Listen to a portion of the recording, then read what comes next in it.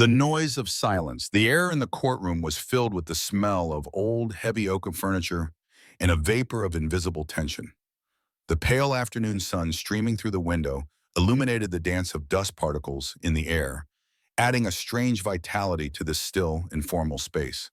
But this vitality was only on the surface. In the center of the hall, there was an icy stillness woven with intersecting glances and suppressed whispers. Judge Judy sat on her bench like a majestic rock. Her facial features had been sharpened by the weight of countless cases. Every wrinkle whispered the story of a lie heard, a decision made, and a life shattered. Her eyes were as sharp and penetrating as a hawk's as she scrutinized the two people in front of her. She was like a patient hunter, searching for the illogical gaps in their stories. The pen in the judge's hand turned slightly between her fingers, creating a potential noise with every movement that could shatter the silence of the room. This small movement was a warning to everyone in the hall. At any moment, the judge's patience could run out, and the whole order could be disrupted by the click of a pen. Ms. Bus, sitting at the table in front of the defendant's seat, clasped her fingers together, digging her nails into her palms. She was wearing a simple shirt with a wrinkled skirt. These clothes seemed like a rebellion against the ostentatious splendor of the courtroom. Her facial features were etched with a deep weariness. It was as if she had been standing for hours, sleepless and constantly worried. Ms. Bus's pale skin was slightly flushed from tension, and her eyes were constantly focused on the table or her feet to avoid making eye contact with the judge.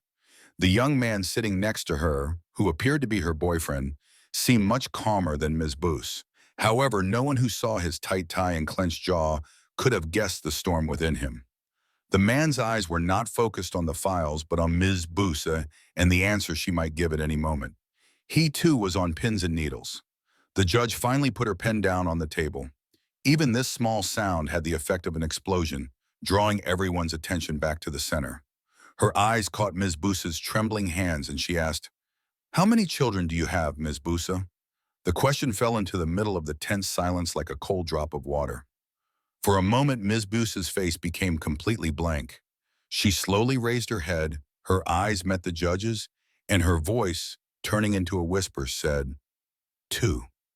Ms. Bus's voice seemed to get lost in this large and spacious hall. It was as if she had revealed a secret that no one else had heard, a secret only she knew. This simple answer had opened the door to her story.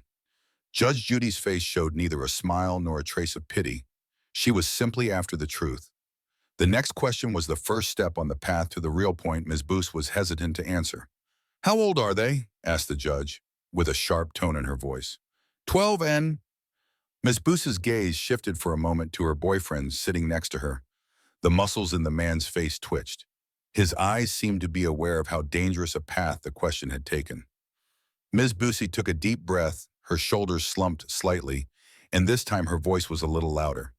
12, and I have a 9-month-old baby."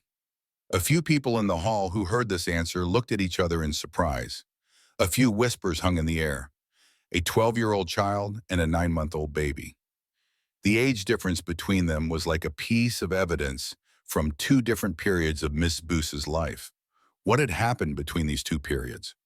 Judge Judy did not react to Ms. Bus's answer.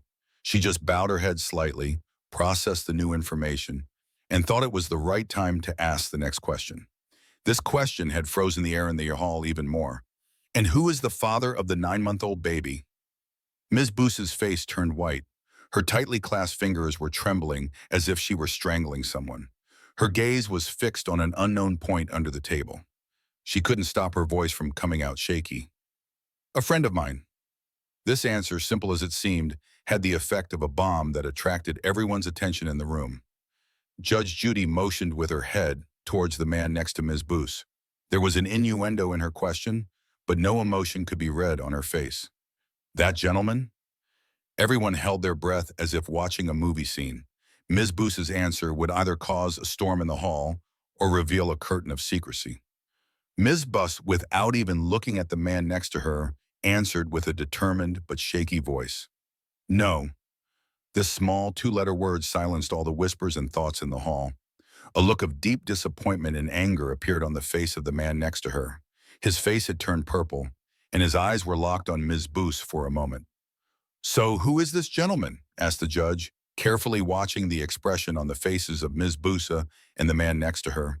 The judge's gaze was watching her prey like a cat. "My boyfriend." The judge's voice had become even harsher. The judge was slowly untangling the knot in the story. "So your boyfriend is not the father of the 9-month-old baby?" "No, he's not." Ms. Busa's voice was now nothing more than a whisper. At that moment, the judge couldn't decide whether to focus on Ms. Busa's honesty or her carelessness. Ms. Bus seemed to be revealing a new secret with every word. The judge wanted to see the truth behind this curtain of secrecy in more detail. "Did your older son always live with his mother?" "Yes, he did. Until recently." "What do you mean by until recently?" This time, the judge was scrutinizing every word of Ms. Bus like a detective. "Until November. That's when he moved out of the house." This answer had made Judge Judy even more curious about the story. Ms. Bus's moving out of the house was the beginning of everything. "So, with whom were you and your son living?" Ms. Bus's expression was a mix of shame and weariness. The answer to this question could put both her and her boyfriend in a difficult situation. Ms. Bus was hesitant to speak. "With my friend, the father of my 9-month-old baby and his current ex-wife." This sentence caused a murmur in the hall. The situation had become more complicated than expected. "So you were living with a couple who were your friends?" The judge was trying to understand this complicated web of relationships. "Yes, I was friends with the gentleman." "And then you moved into his and his wife's house?" The judge was trying to put every piece of the story together. "Yes." "How long did you live there?" As Ms. Bus answered this question, her eyes were on the door. It was as if she wanted to escape from this case, from this hall. "About a year and a half." After hearing Ms. Bus's account, Judge Judy reached under the table. She didn't know yet that she was pulling an invisible thread, and the knot at the end of this thread would reveal a much more complicated truth. The air in the courtroom had thickened with Judge Judy's last question. While the complex transitions in Miss Bus's life became clearer with every word, the judge was eager to fill in the logical gaps in this story. A story of a year-and-a-half long relationship, a baby, and now a house was like a tangled ball of yarn in the judge's eyes. Ms. Bus, instead of untangling this knot, seemed to be tightening it with every turn. Judge Judy looked at Miss Bus's face. There was no expression or emotion on her face. Only the judge's sense of duty was searching for that moment that had made the story so complicated. The judge, softening her voice a little, but without losing the sharpness in her tone, "I assume you left there because you were pregnant." This simple assumption made Ms. Bus's face turn white. Her body contracted with this sudden shock from her brain. She shook her head slightly. This time, her gaze was not avoiding the judge. Her eyes were shining with a rebellious anger toward her situation. The tired expression on her face was now replaced by a determined defense. This was no longer a simple interrogation. This was an interrogation of her life. Ms. Bus paused for a moment. Then, raising her voice, she spoke more determinedly than ever before. This time, her words were not whispers. It was as if she was revealing a new culprit with every word to you. No, sir, I left there because I started receiving threatening emails." This answer suddenly melted the frozen air in the hall. As Miss Bus's voice echoed in this large and spacious hall, it was as if it was reminiscent of a movie scene. The expression on her face was a mixture of helplessness and fear. Her boyfriend next to her stirred when he heard this answer. His eyes were locked on Miss Bus's face. He didn't know what to say. The threatening emails to Ms. Bus's life were not just a detail. This was the real reason for Ms. Bus's escape, and it was revealing the real dark side of the story. Judge Judy frowned. The pen in her hand stopped for a moment with this new information. She asked with just her gaze, "From his ex-wife?" This was the question on everyone's mind in the hall. Ms. Bus, as if she had been waiting for this question, answered with a determined expression on her face. "We don't know who they came from. They were anonymous emails." This answer had increased the curious expression on the judge's face. Anonymous emails had activated Judge Judy's hunter instincts. She wanted to understand not only the truth but also the motivations behind the event. The judge paused for a moment, looked into Ms. Bus's eyes. Her eyes were no different from a hawk's this time. She was waiting patiently to reveal everything Ms. Boos was hiding inside. But you assumed they were sent by his wife, didn't you? After this question, Ms. Boos's face flushed with shame for a moment. Actually, the judge's assumption was correct. Ms. Boos was hesitant to reveal the suspicions she had inside in front of everyone in the hall. But under Judge Judy's penetrating gaze, it was impossible to lie. Yes, I assumed so, but there was no proof. This simple confession was as if it was reminiscent of a movie scene. The tremor in Ms. Boos's voice showed how complicated and complex the situation she was in was. Her boyfriend next to her had tensed up when he heard this answer. Was he aware of the existence of these emails? Or had Ms. Boos lied to him too? Judge Judy did not react to Ms. Boos's answer. She just bowed her head slightly, processed this new information, and thought it was the right time to ask the next question. This question had frozen the air in the hall even more. All right, you moved out. Where did you go? Ms. Boos took a tired breath as she answered this question. This time her voice was calmer. This was no longer a confession for her, but just a storytelling. Ms. Boos was telling her own life story, showcasing every part of this story in front of Judge Judy. I moved in with my boyfriend. This answer activated her boyfriend next to her. The muscles on the man's face twitched. His eyes were locked on Ms. Boos's face. He wanted to correct Ms. Boos's answer, to turn the truth in his favor. Raising his voice, he interrupted Ms. Boos. I was not her boyfriend at the time.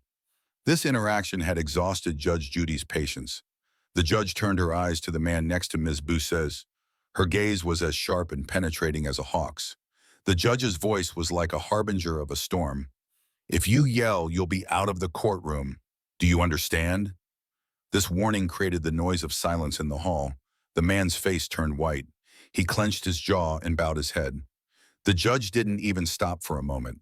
She wanted to control the course of the story, to reveal the facts. So you moved out of the house? Yes. And you moved in with your boyfriend? Yes. And his wife? The judge turned to the man next to Miss Boos this time. The anger in her eyes was like a volcano erupting. She pointed to the man. Now you can take him out. This was an act of the judge, showing her power and authority in the courtroom. The man looked at the judge in surprise. Miss Boos, with a surprised expression on her face, turned to the judge. I'm sorry. Okay. The judge had as if covered up this incident. Now only the story itself was important. Did you move in with your boyfriend? Yes. Where did you move from and to? I moved from Council Bluffs, Iowa to West Omaha. Judge Judy frowned when she heard this answer. This was not just a change of address. This would cause a big change in a child's life. The judge, making her voice a little harsher, asked, Your 12-year-old son? Yes. What happened to his school? Ms. Boos took a tired breath. This question was not a confession for her, but a defense. Ms. Boos was preparing to be questioned about the decisions she had made as a mother in front of Judge Judy. We still take him to his school. Are you telling me you moved in with your boyfriend with your son? Yes. And you took him with you and took him to and from school? Yes, that's right. Ms. Boos's last answer caused a smile to appear on Judge Judy's face, a smile in which something was hidden. This was not a smile of victory. This was the smile of a hunter who knew that the story Ms. Boos was telling was actually just the tip of the iceberg.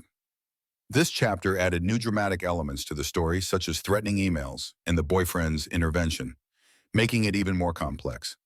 It is a matter of curiosity how Judge Judy will evaluate this chaos in Ms. Boos's life and how this sudden change in the 12-year-old child's school and life routine will affect the story.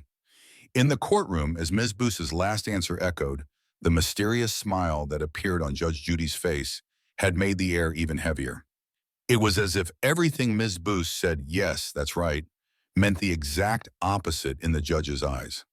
The judge's gaze was scrutinizing every movement, every facial expression of Ms. Boos, like a hunter watching her prey. The shame and weariness on Ms. Boos's face had now been replaced by a fearful worry. While she was only trying to explain the sacrifices a mother makes, she had started to feel like a criminal with every question from Judge Judy. Judge Judy leaned slightly toward Ms. Boos. This simple movement had caused Mrs. Boos's shoulders to slump even more. The judge's eyes were locked with Ms. Boos's eyes. The tone of her voice had become a little harsher. The judge was eager to reveal the inconsistencies in the story Ms. Buss was telling. Is that true? This simple question confused Ms. Busse. Ms. Busse was struggling to understand what Judge Judy meant. How was the judge evaluating this chaos in her life? Taking her 12-year-old son from her home in Iowa and taking him to her boyfriend's home in West Omaha. Was it an expression of a mother's love or an evidence of neglect? Ms. Busse's voice was a whisper this time. This was not a confession for her, but a confession of a dead end. Ms. Busse was trying to untangle the knot of her own life in front of Judge Judy. Honestly, I have no idea. I mean, it was a 10-day period and I wanted him to live with me at that time. It seemed like the last option. But I told him. Ms. Busse's sentence was interrupted by a sharp movement from Judge Judy. The judge raised her palm and silenced Ms. Busse. The mysterious smile on the judge's face had now been replaced by a determined seriousness. The judge knew that the story Ms. Busse was telling contradicted the complaint she had filed. This contradiction was a moment of victory for Judge Judy. The fear in Ms. Busse's eyes had merged with the determined expression on the judge's face. Hold on a second. You're going too fast for yourself, because that's not what you wrote in your complaint. Ms. Busse's face turned white. Her fingers were clasped together, and she was digging her nails into her palms. This was the first moment Judge Judy cornered her. Ms. Busse was trying to understand what Judge Judy was saying. What had she written in her complaint? This was a moment of uncertainty for Ms. Busse. Her boyfriend next to her had tensed up when he heard this answer. He knew Ms. Busse was lying. You said in your complaint that he left the child alone. At least to my impression, you said he left him at the house of the couple he used to live with. Ms. Busse's eyes shifted to the table for a moment, as if the complaint was on that table. Ms. Busse paused for a moment. She couldn't remember what she had written in the complaint. This was a moment of crisis for Ms. Busse. No, I'm sorry. He sent him to his other friends. Judge Judy interrupted Ms. Busse's sentence with a sharp movement. The judge had now lost her patience. The judge's eyes were locked with Ms. Busse's eyes. Who? This simple question confused Ms. Busse. Who? Ms. Busse was struggling to remember her friend's name. Was this a proof that Ms. Busse was lying, or just a momentary memory loss? I can't remember their names. Chelsea, one of his friends. This answer increased the determined expression on Judge Judy's face even more. The judge wanted to know who this Chelsea was when she appeared, and her place in Ms. Busse's life. The judge's eyes were locked on Ms. Busse's face. Was that when he moved out of the house? Ms. Busse's face turned white after this question. The judge's question was combining the complex transitions in her life with a timeline. Ms. Busse was struggling to remember this timeline. Except for a short period when Austin stayed with him, yes. He was taking him from my sister-in-law to me, and sometimes to his friend Chelsea. Now Ms. Busse's sentence was interrupted by a sharp movement from Judge Judy. The judge was eager to fill in the logical gaps in this complex story of Ms. Busse. The judge leaned slightly toward Ms. Busse's. The tone of her voice was like a harbinger of a storm. Ms. Busse's face turned white from shock after this question. Ms. Busse knew the answer to this question, but this answer could put both her and her boyfriend in a difficult situation. Ms. Busse was trying to untangle the knot of her own life in front of Judge Judy, because I was receiving threatening emails and I was trying to protect my son from them. This answer brought back the mysterious smile on Judge Judy's face. This was a smile of victory. The judge thought that the story Ms. Busse was telling was a lie made up to fill the logical gaps in the complaint. Well, that's a very good idea then. He should go and live with his father. This sentence suddenly melted the frozen air in the hall. Ms. Busse's face turned white after this answer. Her son's father was Ms. Busse's ex-husband. Ms. Busse did not want her son to go and live with her ex-husband. Her boyfriend next to her tensed up when he heard this answer. He wanted to turn the course of this event in his favor.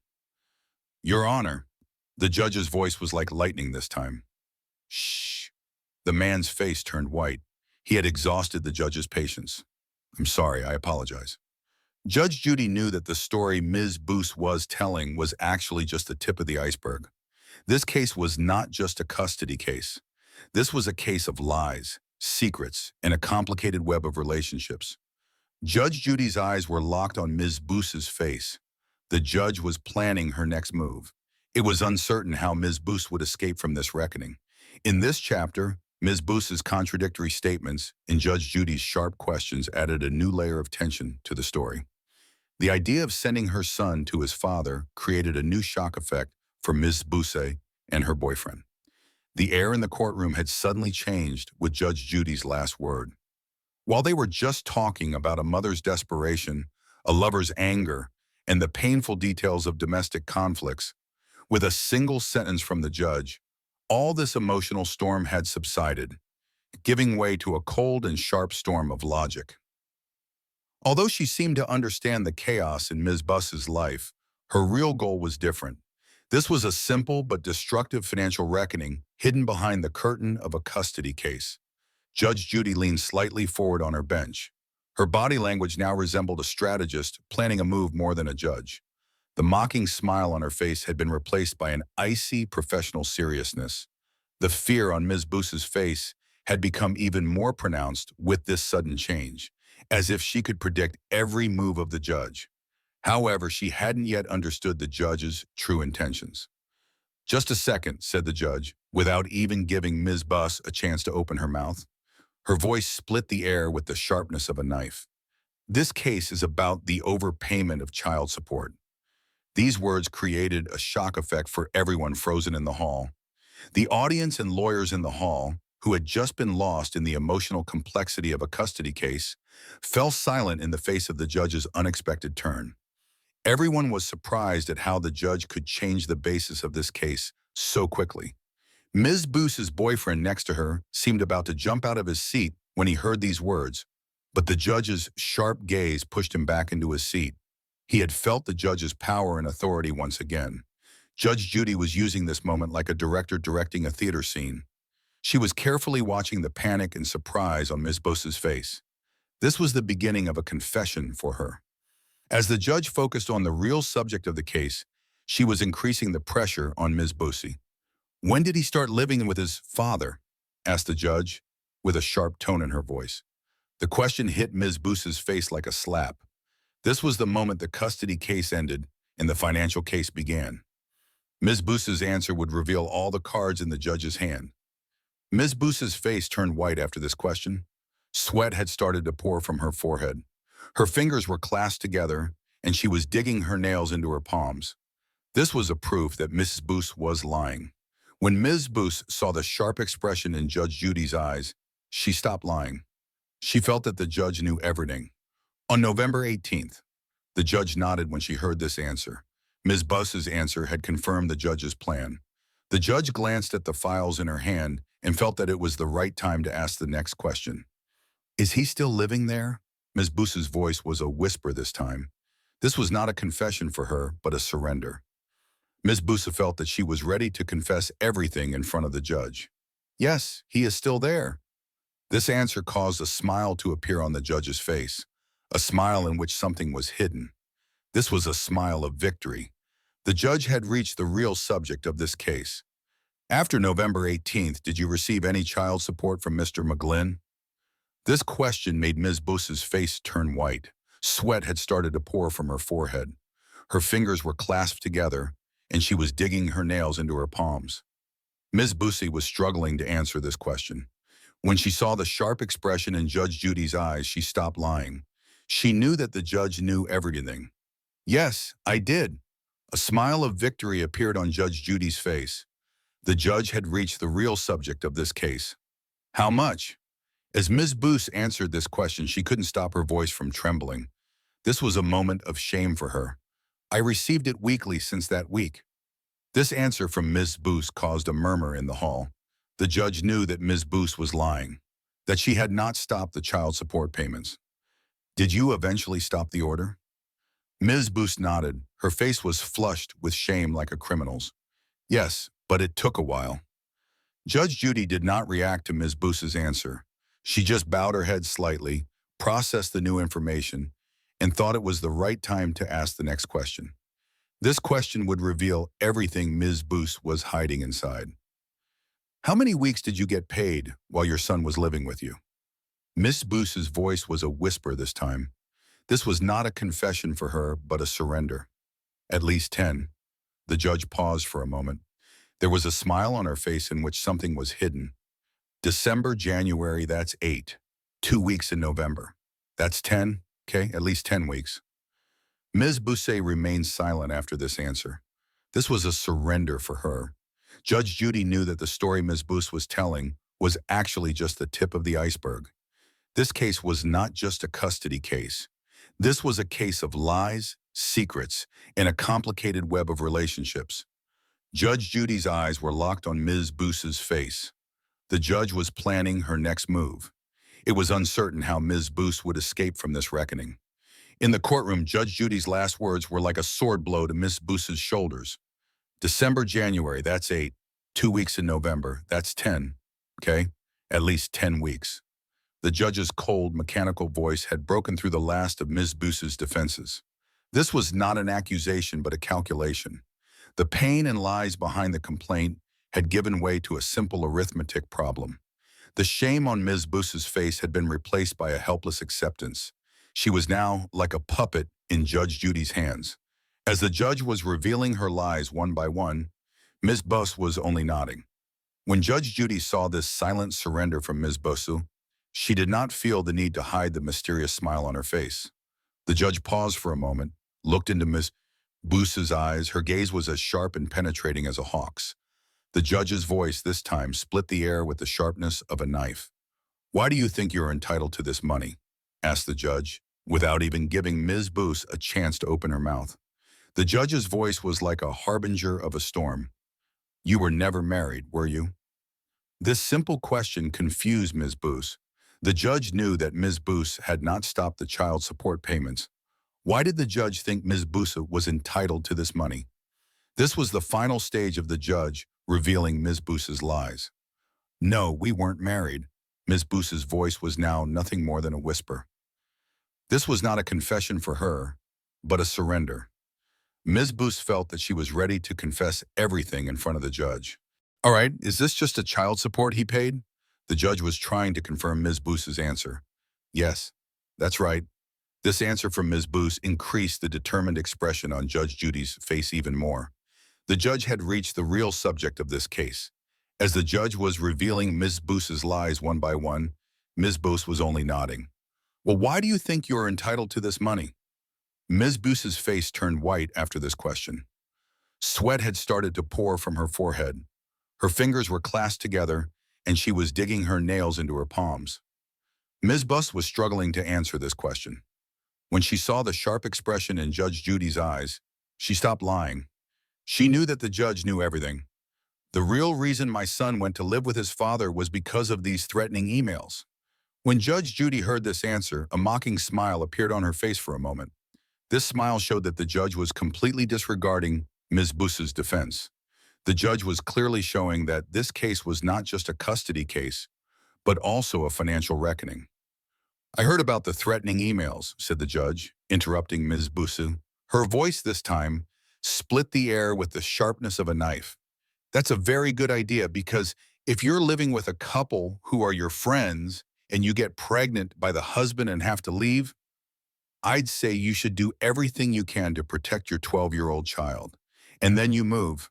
You clearly had a boyfriend at the time. Now you're with your boyfriend. It doesn't seem very logical to me that you think you're entitled to $75 a week in child support while your child is living with his father." Ms. Bousset remained silent in the face of the judge's words. Her face had turned white. Her eyes were fixed on the table. As Judge Judy was revealing her lies one by one, Ms. Bousset was only nodding. Ms. Bousset had understood the judge's logic. For the judge, the chaos in Ms. Bousset's life could not be just an excuse. Ms. Bousset's defense about the threatening emails was just a lie in the judge's eyes. Well, he had time to stop the child support, and he only did it recently. This defense of Ms. Bousset caused a mocking smile to appear on Judge Judy's face for a moment. This smile showed that the judge was completely disregarding Ms. Bousset's defense. The judge was clearly showing that this case was not just a custody case, but also a financial reckoning. The government works very, very slowly. Look at Congress. The further down you go, the slower they work. As the judge was saying these words, she was looking into Ms. Bousset's eyes. The judge had understood why Ms. Boos had gotten into this situation. The judge was using Ms. Boos's ignorance and naivety against her. So if you say, my son is with me, can you stop the payments? I'm sure they will. They'll eventually be stopped, because I assume it was deducted directly from your check. Ms. Boos's face turned white after these words. Sweat had started to pour from her forehead. Her fingers were clasped together, and she was digging her nails into her palms. As Judge Judy was revealing her lies one by one, Ms. Buss was only nodding. Ms. Boosie had understood the judge's logic. For the judge, the chaos in Ms. Boos's life could not be just an excuse. Ms. Boos's defense about the threatening emails was just a lie in the judge's eyes. It's deducted from my check every week. Ms. Boos's voice was a whisper this time. This was not a confession for her, but a surrender. Ms. Boosie felt that she was ready to confess everything in front of the judge. Judge Judy, after this answer, paused for a moment. There was a smile on her face in which something was hidden. The judge glanced at the files in her hand and felt that it was the right time to make the final decision. 750, judgment in favor of the plaintiff. The judge's voice this time was like lightning. This sentence created a shock effect for everyone frozen in the hall. Ms. Boos's face turned white. Her boyfriend next to her seemed about to jump out of his seat when he heard this decision, but the judge's sharp gaze pushed him back into his seat. He had felt the judge's power and authority once again. Ms. Boos remained silent after this decision. This was a surrender for her. Judge Judy knew that the story Ms. Boos was telling was actually just the tip of the iceberg. This case was not just a custody case. This was a case of Lucie's secrets and a complicated web of relationships. Judge Judy's eyes were locked on Ms. Boos's face.